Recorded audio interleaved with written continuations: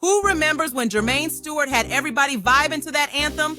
We don't have to take our clothes off to have a good time. Oh no.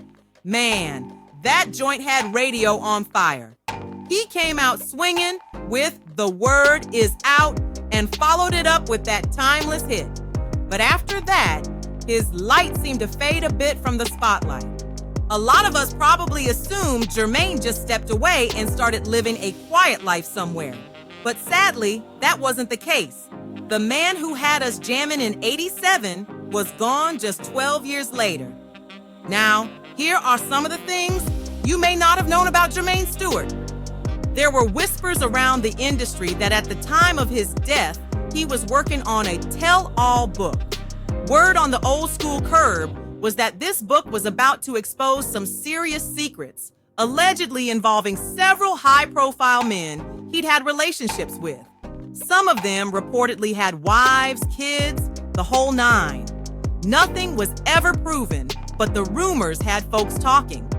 Jermaine passed away in 1997 at the young age of 39. He was battling AIDS, and ultimately, it was AIDS-related liver cancer that took his life. And just like that, his story ended far too soon. As for that rumored manuscript, after his passing in the Chicago suburb of Homewood, Illinois, it disappeared without a trace. If the rumors were true, there were probably a few big names out there breathing a big old sigh of relief. Now let's show some love to a good friend of his in the industry, singer Jody Watley. Jermaine and Jody were close, and their friendship inspired his song Jody, which ended up being another hit, landing in the Billboard Top 20. While most fans in the U.S. know him for just one big hit, Jermaine actually had a solid run overseas, especially in the UK. Between 1984 and 1989, he dropped 4 studio albums. A 5th one was completed in 1992, but never released, and 2 more came out after his passing. So yes, he was still putting in work even when the mainstream spotlight faded. Here's a little old school fun fact for y'all. Jermaine was a regular Soul Train dancer, tight with both Jeffrey Daniel and Jody Watley of Shalimar. When Don Cornelius and Dick Griffey started forming the group, Jermaine auditioned but didn't make it in. Still, he stayed close to the crew and even toured as a backup dancer for Shalimar.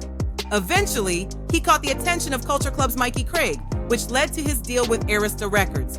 And there you have it, just a piece of Jermaine Stewart's story. He may not have gotten the headlines he deserved when he passed, but here at I Love Old School Music, we give legends their flowers. Jermaine may be gone, but he is far from forgotten. And real talk, his message in "We Don't Have to Take Our Clothes Off," that's something some of these new school artists might want to revisit. Rest well, Jermaine. If you enjoyed this breakdown, make sure to hit that like button, drop a comment, share this video with your people, and don't forget to subscribe and tap that notification bell so you don't miss the next one. I love old school music, old school news with a new point of view.